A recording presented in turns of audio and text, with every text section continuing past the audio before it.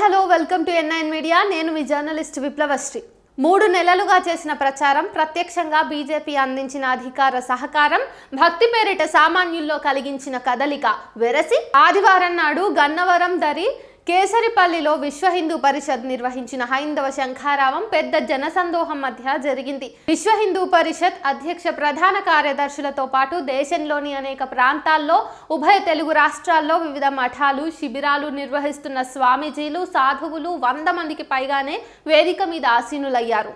ఆంధ్రప్రదేశ్ ప్రభుత్వ మాజీ ప్రధాన కార్యదర్శి ఎల్వి సుబ్రహ్మణ్యం, సినిమా పాటల రచయిత అనంత శ్రీరామ్ లాంటి వాళ్ళు వేదిక మీద మాట్లాడారు. సాధారణంగా మతపరమైన సభలు హాజరైన వారి భక్తి ప్రవర్తులను పెంచడానికో, నమ్మిన దేవుళ్లను, వారి బోధనలను స్మరించుకోవడానికో పరిమితమవుతాయి.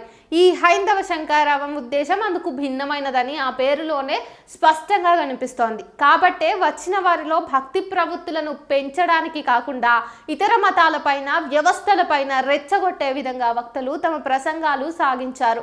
హిందువులకు, హిందూ మతానికి ఇప్పటికిప్పుడు పెను ప్రమాదం ముంచుకొచ్చినట్టు, ఆ ప్రమాదం నుంచి హిందువులను రక్షించేందుకు తాము కంకణబద్దులైనట్టు చెప్పుకొచ్చారు. దేవాలయాల నిర్వహణకు సంబంధించి స్వాతంత్రం తరువాత అమల్లోకి తెచ్చుకున్న చట్టాలను, విధి విధానాలను నిందిస్తూ మాట్లాడారు.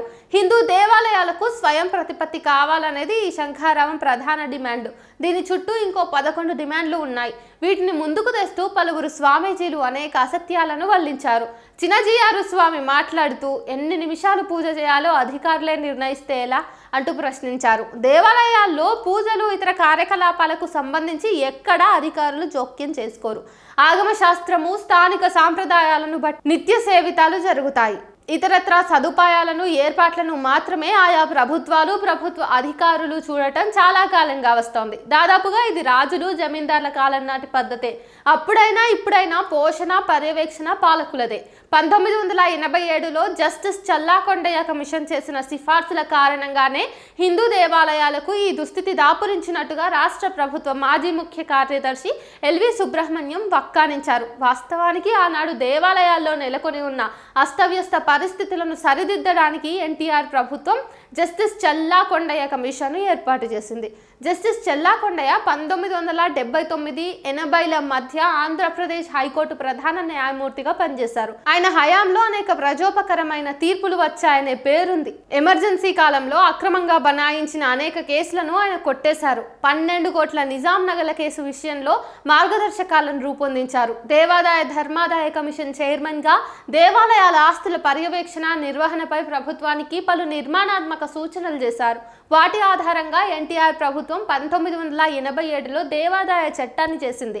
దేవాలయాల్లో వారసత్వ హక్కును రద్దు చేసింది. తిరుమల దేవస్థానంలో నిత్యాన్నదాన పథకాన్ని ప్రారంభించింది. మీరాశి పేరుతో తిరుమల లడ్డు ఆదాయం వ్యక్తులకు చేరకుండా అడ్డుకట్ట వేసింది. దేవాలయాలకు వచ్చే ఆదాయాన్ని ఒక క్రమ పద్ధతిలో వినియోగించడానికి వీలైన మార్పులు ఈ చట్టం ద్వారా వచ్చాయి. ఆ చట్టమే దేవాలయాలకు పెద్ద అడ్డంకి అని ఎల్వి సుబ్రహ్మణ్యం పేర్కొనటం ఎవరి ప్రయోజనాల కోసం? సినీ గేయ రచయిత అనంత శ్రీరామ్ మాట్లాడుతూ 75 ఏళ్ల సినీ రంగం మొత్తం మీద విమర్శలు ఎక్కుపెట్టారు. తన తాజా రాతలపై తలెత్తిన విమర్శలను సైతం మర్చిపోయి గతించిన సినీ పెద్దలకు కూడా శుద్ధులు చెప్పే సాహసానికి తెగించారు.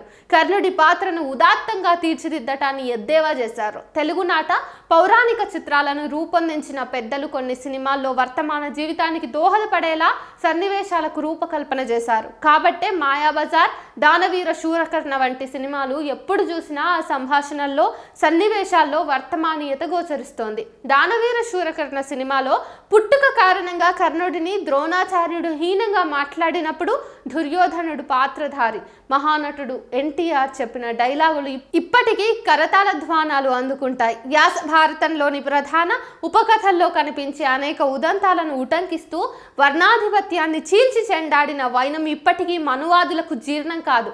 బహుశా అలాంటి ధోరణితోనే అనంత శ్రీరామ్ అంతగా ఆవేశపడ్డారేమో.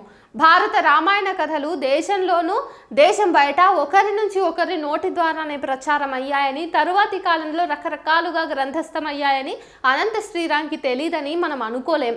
భారత ఉపఖండంలో 120కి పైగా రామాయణ కథలు ప్రచారంలో ఉన్నాయి. అవి దేనికది ప్రత్యేకం తప్ప ఒకదానితో మరొకటి అవమానించడమో తక్కువ చేయటమో కాదు. అనేక ద్వంద్వార్థ పాటలను ప్రస్తావిస్తూ ఈ గురివింద నీతులు చెప్పేది అంటూ ప్రశ్నలు తలెత్తుతున్నాయి. ఇంకా విశ్వ హిందూ పరిషత్ నేతలు ఇతరులు ఈ వేదికపై నుంచి హిందువులను భయపెట్టి రెచ్చగొట్టే విధంగా లవ్ జిహాద్ అంటూ అపోహలను గుప్పించారు. కలిసిమెలిసి జీవిస్తున్న చోట కులాంతర మతాంతర వివాహాలు సహజం, కానీ పరివార్ శక్తులు లవ్ జిహాద్ అంటూ చాలా కాలంగా దుష్ప్రచారం చేస్తున్నాయి.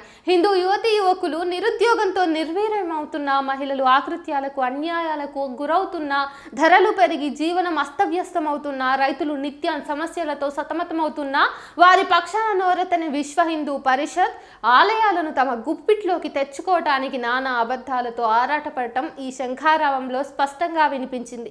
ఈ సభలో రాష్ట్రంలోని బీజేపీ ఎంపీలు, కేంద్ర మంత్రి, రాష్ట్ర అధ్యక్షురాలు, ఎమ్మెల్యేలు, మాజీ ప్రజాప్రతినిధులు, బీజేపీ నుంచి ఎన్నికల్లో పోటీ చేసిన వారు పెద్ద సంఖ్యలో పాల్గొన్నారు. ఎవరి ప్రయోజనాల కోసం ఈ రెచ్చగొట్టుడు శంఖమూదారో ఈ దృశ్యం చెప్పకనే చెబుతోంది. ఆంధ్రప్రదేశ్ ప్రజల హృదయాల్లోని సామరస్యాన్ని దెబ్బతీసి మతోన్మాద శక్తులను అందలం ఎక్కించాలనేది ఈ పరివార్ పన్నాగం.